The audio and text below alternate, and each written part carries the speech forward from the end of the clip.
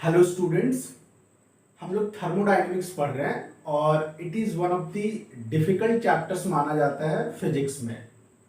अच्छा, मैंने first lecture में ही कहा था कि थर्मोडायनेमिक्स हम लोग को टफ थोड़ा इसलिए भी लगता है क्योंकि हम लोग हेडिंग्स या टॉपिक्स को ना सीक्वेंस में नहीं पढ़ते हैं और बुक में दिया भी हुआ नहीं रहता है। जैसे कि मैंने फर्स्ट लेक्चर में तुम्हें डिग्री ऑफ फ्रीडम पढ़ाया, लॉज ऑफ थर्मोडायनेमिक्स हेडिंग लिखा था, लेकिन स्टार्ट किया डिग्री ऑफ फ्रीडम से, जो कि मैक्सिमम बुक्स में काइनेटिक थ्योरी ऑफ गैसेस में मिलता है।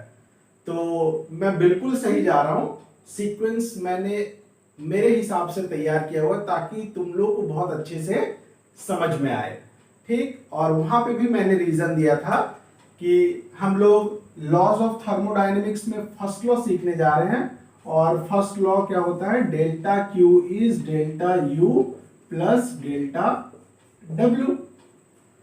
तो वहां पे भी मैंने बहुत क्लियर किया था कि हम लोग ना सबसे पहले इंटरनल एनर्जी को सीखेंगे फर्स्ट, उसके बाद हम लोग वर्क डन को सीखेंगे सेकेंड, उसके बाद थर्ड पे हम लोग इसके ऊपर मास्टरी करेंगे।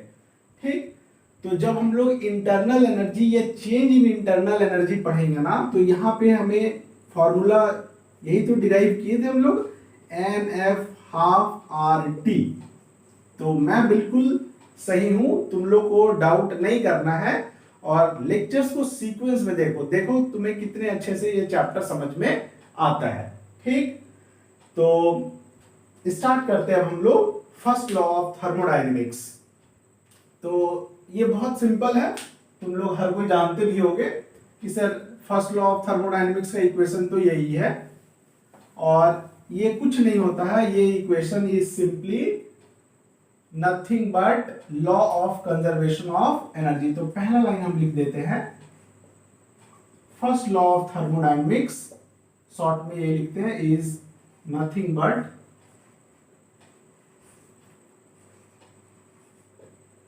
Law of conservation of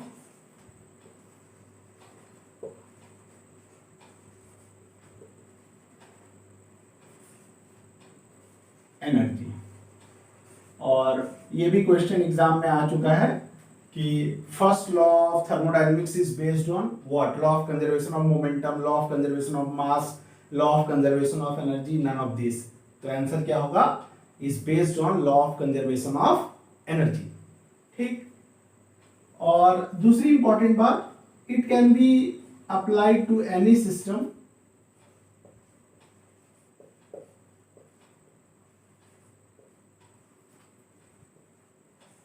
any system like solid, liquid और गैस। हम लोग जानते हैं कि law of conservation of energy universal है, यूनिवर्सल है तो कहीं पे भी किसी भी सिस्टम पे अप्लाई किया जा सकता है। तो वही लाइन लिखा जा रहा है, it can be applied to any system like solid, liquid और गैस। और हम लोग ना न्यूमेरिकल्स भी देखेंगे, गैसेस सिस्टम जनरली तो हम लोग पढ़ते ही हैं, लेकिन सॉलिड और लिक्विड सिस्टम में भी अप्लाई करके हम लोग देखेंगे इस लॉ को। ठीक, अच्छा, अब आ जाते हैं हम लोग जो इसका इक्वेशन है उसे समझते हैं अच्छे से। कि हम फर्स्ट लेक्चर में ही बोले थे कि जब भी तुम्हें फर्स्ट लॉ लिखा मिलेगा ना, तो उसके बगल में सिलेंडर पिस्टन बनाया हुआ मिलेगा, या थर्मोडायनेमिक्स में तुम्हें जगह जगह पे सिलेंडर पिस्टन सिस्टम बनाया हुआ मिलेगा।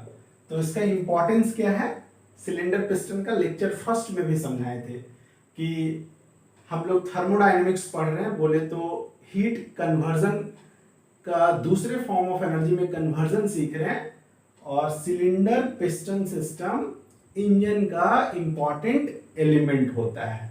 ठीक है, यहीं पे ही फ्यूल बर्न होता है, इसलिए सिलेंडर पिस्टन सिस्टम जगह जगह हमें थर्मोडायनेमिक्स चैप्टर में मिलता है। तो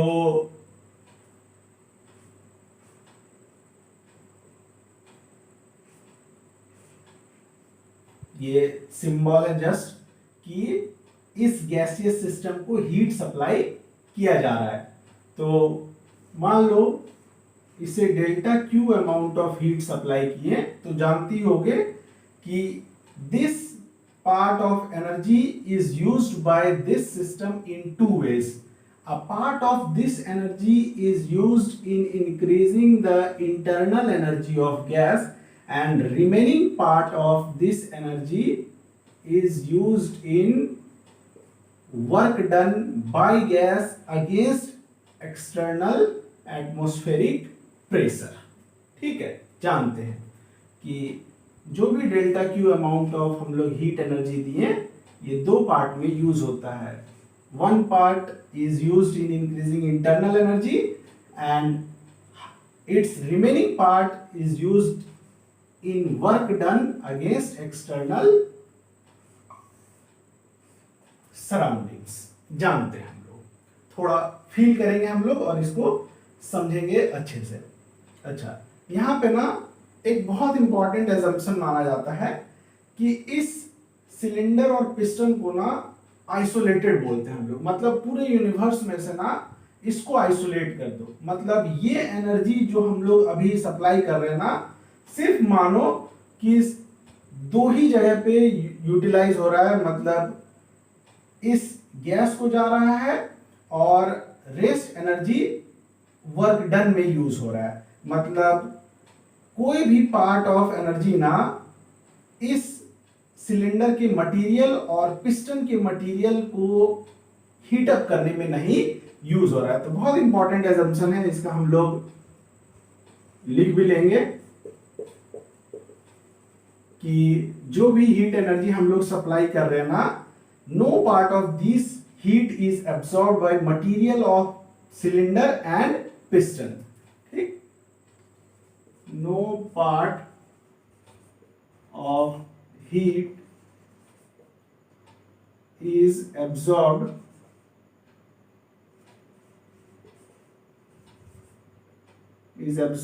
by material of cylinder and piston. हम लोग जब अभी थर्मोडायनेमिक्स देख रहे हैं ना, फर्स्ट लॉ बिल्कुल आइडियल केस मान के चल रहे हैं. एक्चुअल पार्ट में जो भी हीट एनर्जी अगर हम लोग सप्लाई करेंगे तो ये मटेरियल तो कुछ हीट एब्जॉर्ब करेगा ही, बट हम लोग ना अभी के लिए पेन और पेपर पे कॉपी में हम लोग मान देते हैं कि ये और ये कोई हीट एनर्जी नहीं गेन कर रहा है. आइडियल केस मान लिए. और जब हम लोग इंजन बनाएंगे तो जिस भी मटेरियल का सिलेंडर पिस्टन बना होगा हम लोग उसकी स्पेसिफिक हीट जानेंगे. मान लो कॉपर है, एल्यूमिनियम है, स्टील है, और वहां पे वो कितना हीट एनर्जी एब्जॉर्ब करता है तो एक्चुअल केस में हम लोग वहां पे कैलकुलेट कर लेंगे, लेकिन अभी के लिए कैलकुलेट नहीं करते हैं. यही मान के चलना कि ये और ये कोई हीट एनर्जी एब्जॉर्ब नहीं करता है. मतलब सारा का सारा हीट एनर्जी सिर्फ दो ही पार्ट में डिस्ट्रीब्यूट होता है. कुछ गैस रख लेता है अपने पास, अपनी इंटरनल एनर्जी बढ़ा लेता है, और रेस्ट पार्ट जो है ना वो यूटिलाइज हो जाता है in moving piston against external surroundings. ठीक, ये चीज है. और इसी को फिर स्टेटमेंट में बुक में तुम्हें लिखा मिलेगा, इफ डेल्टा क्यू, हम बोल देते हैं, तुम लोग नोट डाउन करोगे तो कर लेना, नहीं तो समझ चुके. If delta Q amount of heat energy is supplied to the system, then a part of this heat is used in increasing the internal energy of gas, and remaining part is used in work done against external surrounding. यही लिखा हुआ मिलेगा. ठीक, बात को हम लोग अच्छे से समझ गए हैं. चलो, अच्छा, यहां पे एक इंपॉर्टेंट बात है कि हीट जो डेल्टा क्यू होता है ये भी पॉजिटिव नेगेटिव होता है, डेल्टा यू भी पॉजिटिव नेगेटिव होता है, और डेल्टा डब्ल्यू भी पॉजिटिव नेगेटिव होता है. मोस्ट प्रोबेबली तुम लोग इस चीज को जानते हो और हमें अच्छे से फील है ही. एक बार बस देख लेते हैं कि हीट सप्लाइड को, जब हम लोग हीट सप्लाई करेंगे तो इसे हीट सप्लाइड को पॉजिटिव कहते हैं और हीट रिजेक्टेड को नेगेटिव कहते हैं. बहुत सिंपल. हीट ऐड कर रहे तो पॉजिटिव, निकाल रहे हैं तो नेगेटिव। बहुत सिंपल है। अच्छा, इंटरनल एनर्जी अगर गैस की बढ़ रही है तो change in internal energy is positive. Final ज्यादा, फाइनल इंटरनल एनर्जी ज्यादा, इनिशियल कम, तो चेंज इज पॉजिटिव। अगर इंटरनल एनर्जी गैस की डिक्रीज कर रही है तो चेंज इज नेगेटिव। और वर्क डन हम लोग जानते हैं फिजिक्स में कि एक्सपेंशन को हम लोग पॉजिटिव वर्क डन कहते हैं एंड कंप्रेशन को हम लोग नेगेटिव वर्क डन कहते हैं। ठीक, ये चीज जानते हैं। अब ये हम लोग इक्वेशन तो देख ही लिए। अब हम लोग ना थोड़ा वर्क डन का एक्सप्रेशन देख लेते हैं और कुछ डेप्थ में बातें कर लेते हैं। फर्स्ट लॉ के इक्वेशन में वर्क डन आया तो हम लोग वर्क डन को थोड़े अच्छे से समझ लेते हैं। एक्सप्रेशन फॉर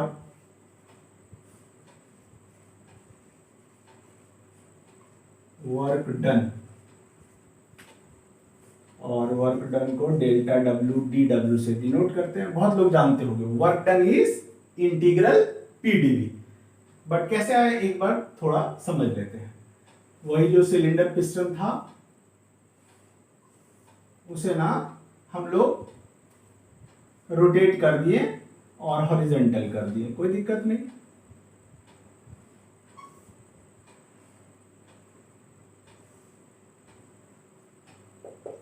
यहाँ पे गैस मौजूद है और हम लोग हमेशा जानते हैं कि gases are always in motion और गैस ना एक्सर्ट्स प्रेशर ऑन वॉल्स। यहाँ P प्रेशर एक्सर्ट कर रहा है पिस्टन के वॉल पे, इधर भी P प्रेशर एक्सर्ट कर रहा है। सिमिलरली इधर भी P प्रेशर एक्सर्ट कर रहा है, इधर भी P प्रेशर एक्सर्ट कर रहा है। Gases exert pressure equally in all directions. पढ़ के रखें, कोई भी गैस रहेगा कहीं पे भी कन्फाइंड रीजन में तो इट एक्सर्ट्स प्रेशर। अच्छा, मान लो बाहर भी एयर है, ठीक है, तो एटमॉस्फेरिक प्रेशर एक्ट हो रहा है पिस्टन पे। मान लो यहाँ का प्रेशर ना ज्यादा है, तो ये प्रेशर ज्यादा है, ये प्रेशर इधर से लगने वाला प्रेशर कम है, तो क्या होगा, ये पिस्टन आउटसाइड मूव कर जाएगा। तो ये मूव कर गया, मान लो ये मूव करके यहां तक आ गया।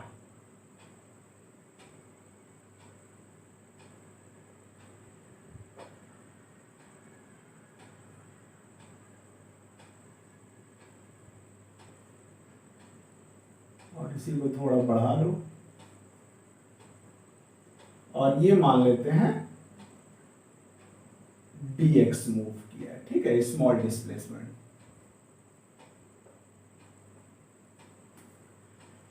बहुत सिंपल, प्रेशर एक्सर्ट हुआ तो पिस्टन आउटसाइड dx मूव कर गया। तो वर्क डन हम लोग क्या जानते हैं, small work done. Work done हमेशा हम लोग पढ़े हैं, वर्क क्या होता है,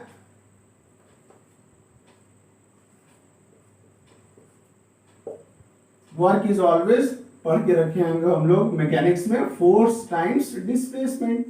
कहां दिक्कत है, और फोर्स क्या होता है, ये प्रेशर और इसका कुछ भी एरिया होगा, ठीक है, पिस्टन का कुछ भी एरिया होगा, तो हम लोग प्रेशर का डेफिनेशन जानते हैं फोर्स बाय एरिया। ठीक, pressure is equal to force by area, तो force is equal to pressure into area times dx। और एरिया जो भी इसका cross sectional area times dx, area times dx होता है वॉल्यूम dv। ठीक, ये वर्क डन है, स्मॉल वर्क डन। तो बहुत को लिखना चाहोगे तो लिख दो, small work done is this. Total work done निकालना चाहे तो टोटल वर्क डन W से डिनोट कर सकते हैं, या डेल्टा W भी चलता है, तो ये हो जाएगा integral of small work done. और integral of dW is pdv।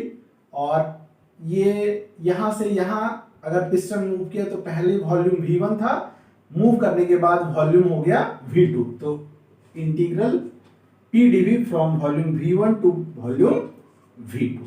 ठीक है, और ये हम लोग जानते हैं, यूज किए ही होंगे इसको। ठीक, थोड़ा सा समझ लेते हैं कि अगर एक्सपेंशन है तो एक्सपेंशन में हम लोग क्या बोलते हैं कि वर्क डन पॉजिटिव। देखते हैं कैसे आता है। तो हम लोग वर्क डन जान रहे, small work done is PDV. अच्छा, एक्सपैंड हो रहा है तो प्रेशर एक्सर्टेड बाय गैस, ये जो है ना pressure exerted by gas always a positive quantity. ठीक है, या तो गैस प्रेशर नहीं एक्सर्ट करेगा, जीरो होगा, या कुछ प्रेशर एक्सर्ट करेगा तो पॉजिटिव वैल्यू, ये हमेशा पॉजिटिव है। और गैस प्रेशर कब नहीं एक्सर्ट करता है, जब वो 0 केल्विन में होता है, मतलब गैस तब एग्जिस्ट ही नहीं कर रहा होता है गैसियस फॉर्म में, नहीं। और 0 केल्विन से ऊपर अगर टेम्परेचर है तो gas will always exert pressure, तो pressure exerted is always positive quantity. और change in volume, dv change in volume is को हम लोग V2 माइनस V1 लिख सकते हैं। और अब देखो यहाँ पे ये ऑलवेज पॉजिटिव क्वांटिटी, और V2 अगर बड़ा है मतलब फाइनल वॉल्यूम बड़ा है इनिशियल वॉल्यूम से, तो ये भी पॉजिटिव, ये पॉजिटिव, ये भी पॉजिटिव। तो देखो एक्सपेंशन कितने अच्छे से यहां से फील हो जाता है कि जब भी एक्सपैंड होगा मतलब फाइनल वॉल्यूम बड़ा रहेगा इनिशियल से, तो पॉजिटिव पॉजिटिव मिलके पॉजिटिव क्वांटिटी। और इसके जस्ट उल्टा अगर कंप्रेशन है तो अब समझ ही गए होगा पीडीवी, और डीवी चेंज इन वॉल्यूम को V2 माइनस V1। सोचो कि फाइनल वॉल्यूम, पहले पिस्टन यहां था, ये V1 है, अब कंप्रेस हो गया यहां आ गया, तो फाइनल वॉल्यूम V2 कम है और V1 ज्यादा है, मतलब ये पॉजिटिव क्वांटिटी और ये negative, positive into negative is negative. बहुत अच्छे से फील होता है कि कंप्रेशन में पीडीवी जो आएगा ना, वो कंप्रेशन में पीडीवी नेगेटिव आएगा और एक्सपेंशन में पीडीवी पॉजिटिव आएगा। बहुत सिंपल है। ठीक, अब आगे थोड़ा हम लोग फर्स्ट लॉ को और फील करते हैं। बहुत सिंपल है, डरना बिल्कुल नहीं है, चैप्टर से मेहनत करेंगे। देखो जो चैप्टर थोड़ा डिफिकल्ट लगे ना उस पर ज्यादा टाइम दे दो, चैप्टर अच्छा हो जाएगा, रूल यही है। ठीक है, सारे चैप्टर्स इक्वल तो होंगे नहीं, कुछ चैप्टर्स इजी लगेंगे, कुछ डिफिकल्ट लगेंगे, तो डिफिकल्ट चैप्टर पे थोड़ा और टाइम दे दो, चैप्टर अच्छा हो जाएगा।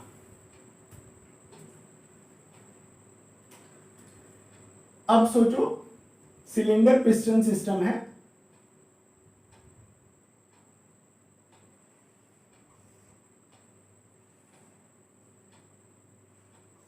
ये अच्छा लगेगा फील करके, और ये कंसेप्ट काम आएगा न्यूमेरिकल बनाने में। ठीक, ये cylinder piston system.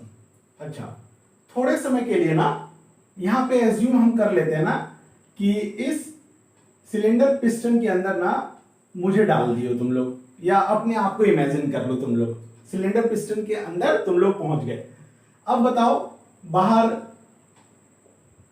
External atmospheric pressure act कर रहा है पिस्टन के ऊपर, और अंदर भी गैस है ही, या ऐसा सोचो कि इसे ना हम लोग अपने हाथ से बैलेंस करके रखे हुए हैं, ये इंसान, और दोनों हाथ को हम लोग ऐसे करके बैलेंस किए हुए हैं। अब अगर तुम्हें इस पिस्टन को मूव कराना होगा अगेंस्ट एक्सटर्नल एटमॉस्फेरिक प्रेशर, तो बताओ तुम्हें एनर्जी लगानी पड़ेगी या नहीं लगानी पड़ेगी। ठीक है, ये पिस्टन है और मूव कराना है, तो बताओ मुझे अपनी एनर्जी खर्च करनी पड़ेगी ना, ऐसे मूव करेंगे तो बिल्कुल फील आ रहा है कि अगर हम इस पिस्टन को ऊपर मूव करेंगे ना तो मुझे अपने तरफ से अपनी एनर्जी खर्च करनी पड़ेगी। तो सेम यही बात होता है कि अगर रिलेट करना बात को कि पिस्टन जब भी मूव करेगा ना तो वहां पे गैस को एनर्जी खर्च करनी पड़ती, ये अंदर गैस है, बाहर भी गैस है, एक्सटर्नल एटमॉस्फेरिक प्रेशर है। ठीक, तो अगर हम लोग इस जगह पे मान लें कि ना तो इस सिलेंडर पिस्टन को कोई हीट सप्लाई किया जा रहा है, ना तो इस गैस से ना कोई हीट निकाला जा रहा है। ठीक है, मतलब हम लोग यहां पे हेडिंग में लिख लेते हैं कि इफ डेल्टा क्यू इज 0, इसका मीनिंग समझ गया ना कि डेल्टा क्यू इज जीरो, ना तो हीट सप्लाई किया जा रहा है ना तो हीट निकाला जा रहा है। ठीक है, चलो अगर डेल्टा क्यू जीरो है तो दो केस यहां बनते हैं कि हीट ना तो सप्लाई कर रहे ना तो बाहर निकाल रहे गैस से, और अगर एक्सपेंशन हो रहा है,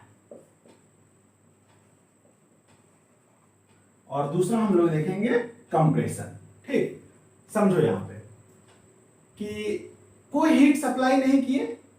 जो लास्ट केस में हम लोग एक कैंडल बनाए थे, कैंडल डिनोट कर रहा था कि हीट एनर्जी सप्लाई किया जा रहा है, वो नहीं बना हुआ है, और मन में भी सोचना है कि इसे कोई हीट सप्लाई नहीं कर रहे, ना तो गैस से कोई हीट बाहर निकाल रहे हैं।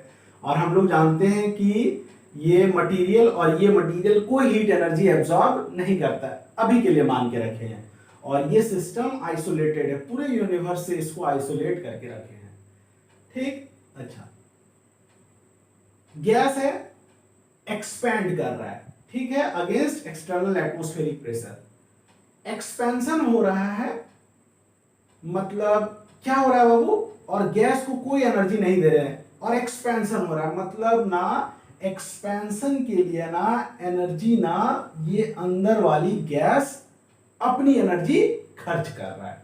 ठीक है, फील करना कि बाहर से कोई हीट सप्लाई नहीं किए, लेकिन ये स्टिल एक्सपैंड कर रहा है, पिस्टन ऊपर जा रहा है, मतलब गैस जो है ना कोई टेम्परेचर पे होगा।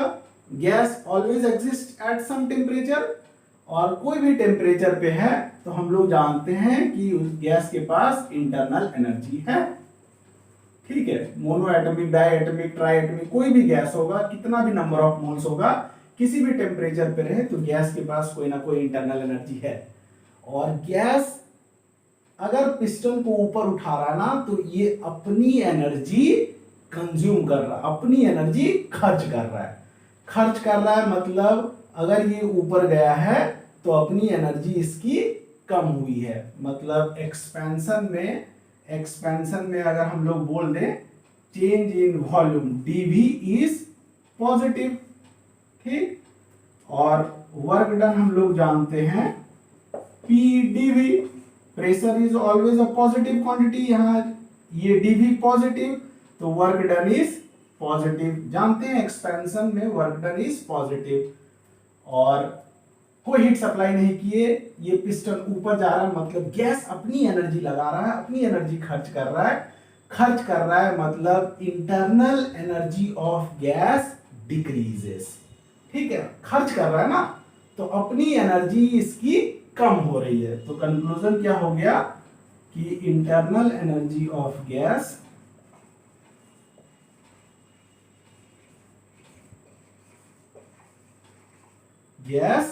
डिक्रीजेस, इंटरनल एनर्जी गैस की डिक्रीज कर रही है। अच्छा, पहले U1 इंटरनल एनर्जी था, कोई टेम्परेचर T1 था, अब डिक्रीज कर गई है, तो ये सब कोई क्वांटिटीज तो कुछ चेंज होने वाली नहीं है, मतलब इंटरनल एनर्जी अगर डिक्रीज हुई है मतलब टेम्परेचर ही तो कम हुआ है। अगर U2 कम है U1 से तो मतलब T2 कम है T1 से। ठीक है, तो बहुत आसानी से पता चल जाता है कि इंटरनल एनर्जी डिक्रीज हुई है, internal energy directly depends on temperature, मतलब टेम्परेचर डिक्रीजेस, गैस ठंडा हो रहा है। ठीक है, टेम्परेचर ऑफ गैस डिक्रीजेस, बहुत इंपॉर्टेंट कंसेप्ट है, और एक बार फील आ गया ना तो देखना हमेशा के लिए दिमाग में सेट हो जाता है। कोई हीट सप्लाई नहीं किए, गैस स्टिल पिस्टन को ऊपर मूव करा है, मतलब अपनी एनर्जी खर्च किया, अपनी एनर्जी खर्च किया मतलब अपना टेम्परेचर डिक्रीज किया, और गैस बिकम्स कूलर। ठीक है, जस्ट उल्टा कंप्रेशन।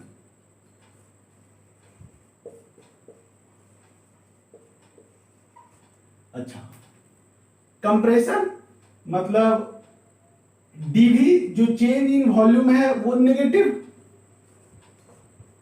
कैसे कि final volume smaller than initial volume, तो V2 माइनस V1 क्या आएगा, नेगेटिव। तो dW क्या हो गया बाबू, देखो PdV, pressure always a positive quantity, dV negative, तो कंप्रेशन को भी ऐसे हम लोग वर्क डन नेगेटिव बोलते ही हैं। अब सोचो जो बाहर का एक्सटर्नल सराउंडिंग है ना, वो पिस्टन पे वर्क कर रहा है। अच्छा, पिस्टन पे वर्क कर रहा है मतलब अगर बाहर का सराउंडिंग ना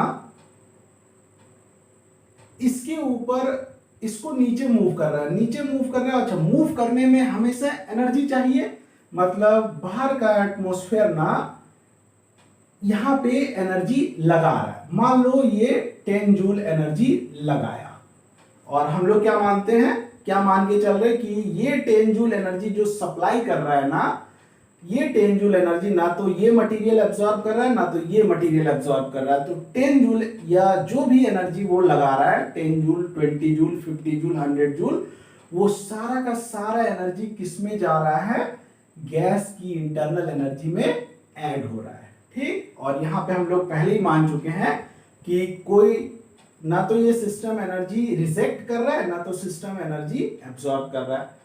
तो बाहर का एटमॉस्फेयर कंप्रेशन हो रहा है, बिना एनर्जी के कंप्रेशन तो हो नहीं सकता। बिना एनर्जी लगाए ना तो एक्सपैंड कर सकता है, ना तो बिना एनर्जी लगाए कंप्रेस हो सकता है।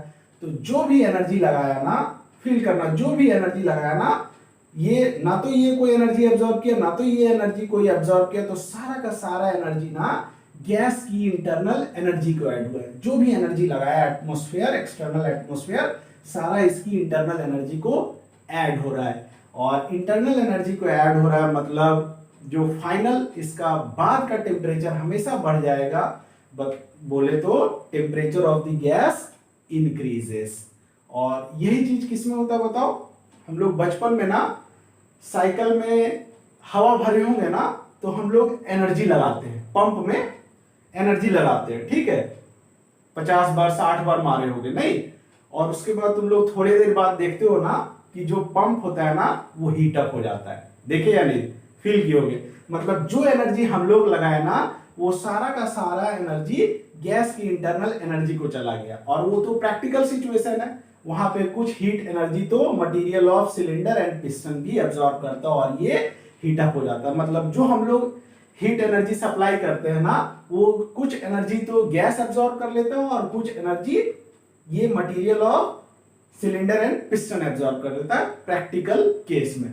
लेकिन हम लोग पेन और पेपर में heat absorb by cylinder and piston 0 मान के चल रहे हैं, मतलब सारा का सारा एनर्जी कौन एब्जॉर्ब करेगा, गैस। ठीक, तो समझ गए हम लोग। तो कंप्रेशन में जो भी एनर्जी एटमॉस्फेयर एक्सटर्नल सराउंडिंग लगाया ना, सारा का सारा एनर्जी किस में चला जाएगा, इंटरनल एनर्जी ऑफ गैस में। तो यहां पे हम लोग लिखेंगे internal energy of gas increases.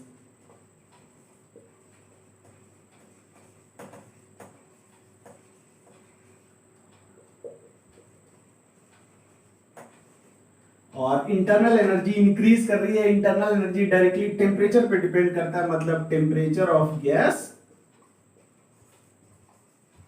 Increases. यही कंक्लूजन ड्रॉ करना था हमें। जब हम लोग कोई ना तो हीट सप्लाई कर रहे हैं, ना तो ये हीट रिजेक्ट कर रहा है। तो दो केस देखे थे, बहुत जरूरी होता है बाबू, थोड़ा सा तुम्हें लगा होगा कि ज्यादा टाइम लिए, लेकिन इसको फील करने के लिए इतना टाइम हम लिए हैं। ठीक है, अब हम लोग ना जो बात तुम्हें समझाए हैं वो न्यूमेरिकली समझा देते हैं। हम लोग डेटा में बात करते हैं, न्यूमेरिकल वैल्यूज में।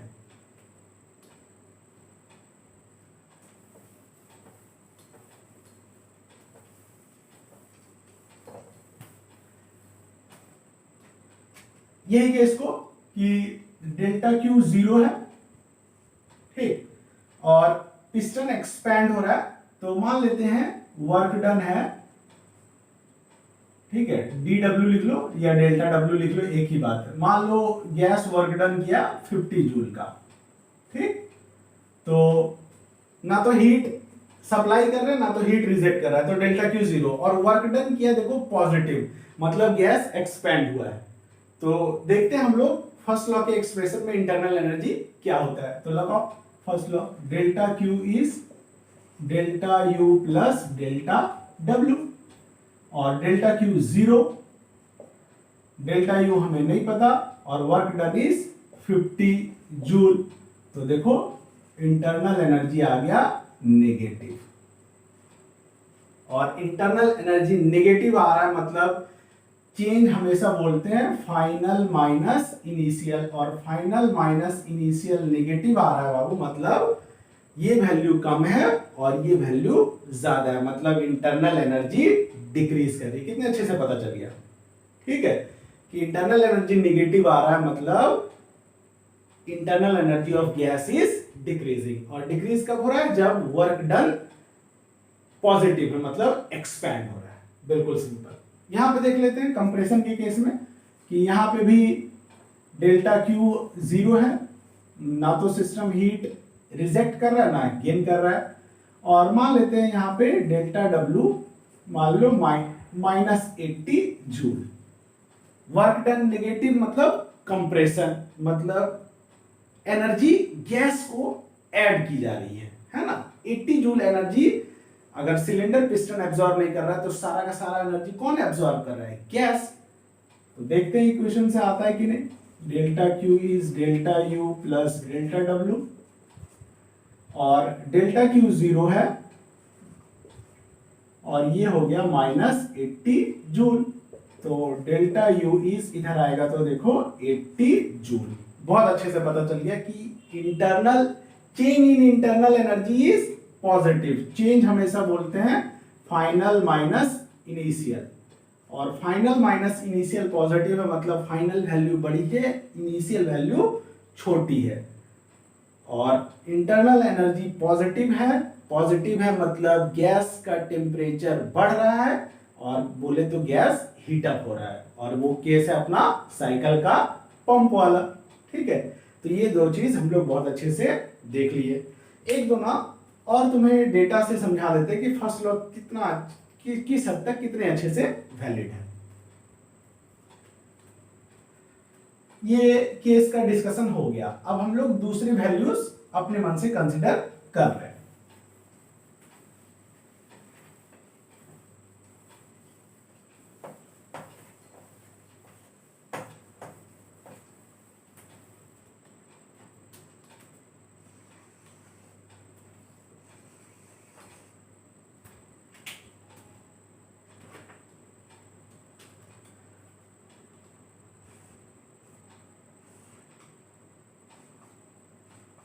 फील ले रहे थोड़ा कि फर्स्ट लॉ कितना अच्छे से देखते हैं।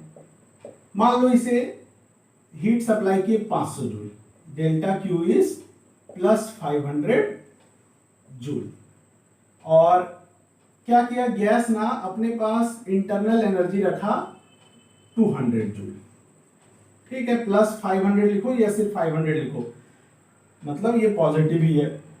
500 जूल एनर्जी सप्लाई की है, अपनी इंटरनल एनर्जी बढ़ा लिया 200 जूल से, ठीक। 500 रुपए दिए, अपने पास रख लिया 200, मतलब 300 जूल एनर्जी क्या किया, वो दूसरी जगह ट्रांसफर कर दिया। और दूसरी जगह कहां ट्रांसफर करेगा, सिर्फ इसके पास एक ही रास्ता है कि सारा का सारा वो किसमें दे दे, वर्क डन में।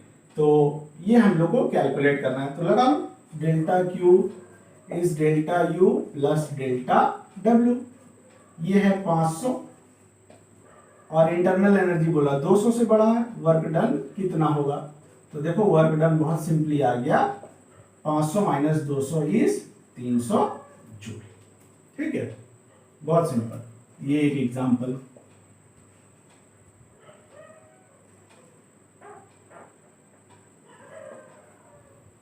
ठीक, दूसरा केस,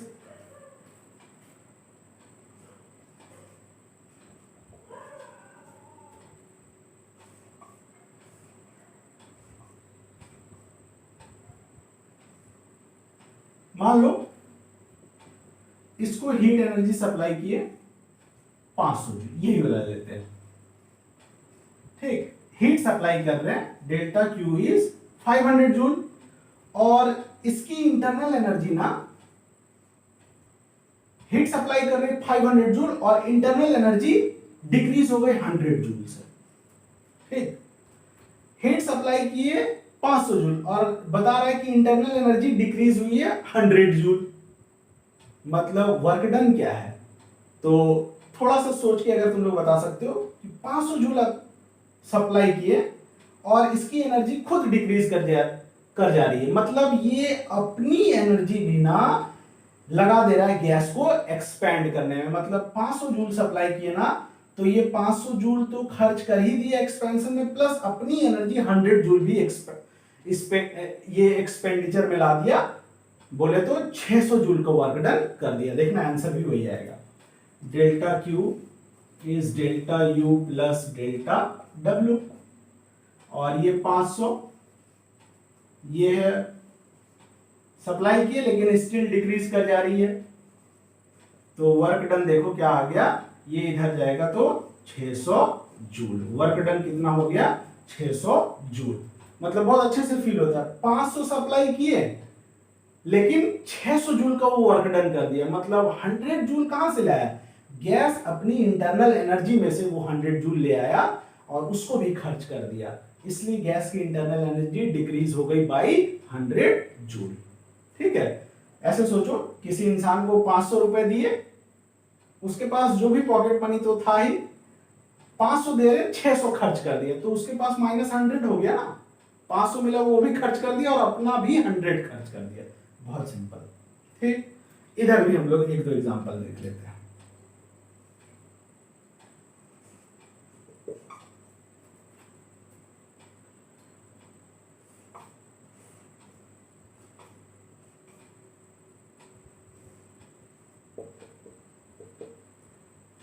कंप्रेस हो रहा है, बोले तो वर्क डन निगेटिव, और कंप्रेशन में वर्क एनर्जी कहां पे ऐड होती है, गैस की इंटरनल एनर्जी को। तो कंप्रेशन का वर्क डन है मान लो -400 जूल। ठीक, -400 जूल एनर्जी ऐड हो रही है, और ये बोला कि ये हीट रिजेक्ट कर दिया है 300 जूल। ठीक, एनर्जी ऐड हुई 400 जूल, रिजेक्ट कर दिया, रिजेक्ट बोले तो ये डायरेक्शन देख रहे हो, ठीक है ना, एनर्जी बाहर कितनी चली गई 300 जूल, तो अपने पास कितना रख लिया होगा 400 जूल दिए, 300 जूल खर्च कर दिया, तो अपने पास रख लिया 100 जूल। देखना इंटरनल एनर्जी 100 जूल ही आएगा। Delta Q is delta U plus delta W. Delta Q energy heat rejected तो माइनस, ये मुझे नहीं पता, और वर्क डन नेगेटिव है कितना का 400 का, तो देखो इंटरनल एनर्जी कितना आ गया -300, ये इधर आएगा +400, तो 100 जूल। बहुत अच्छे से समझ में आ गया कि increase in internal energy of gas is 100 joule. 400 joule supply हुआ था, 300 जूल खर्च कर दिया, तो अपने पास रखा ये 100 जूल। सिंपल। दूसरा एग्जाम्पल,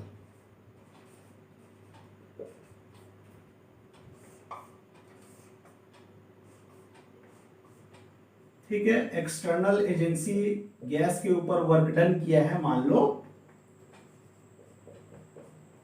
-800 या -700 जूल। ठीक, एक्सटर्नल का वर्क डन बोले तो ये एनर्जी कहां ऐड अप होता, या तो इंटरनल एनर्जी को जाता या तो रिजेक्ट होता। तो मान लिए कि ना कि ये यहां पे हीट एनर्जी जो रिजेक्ट हुई है वो 1000 जूल।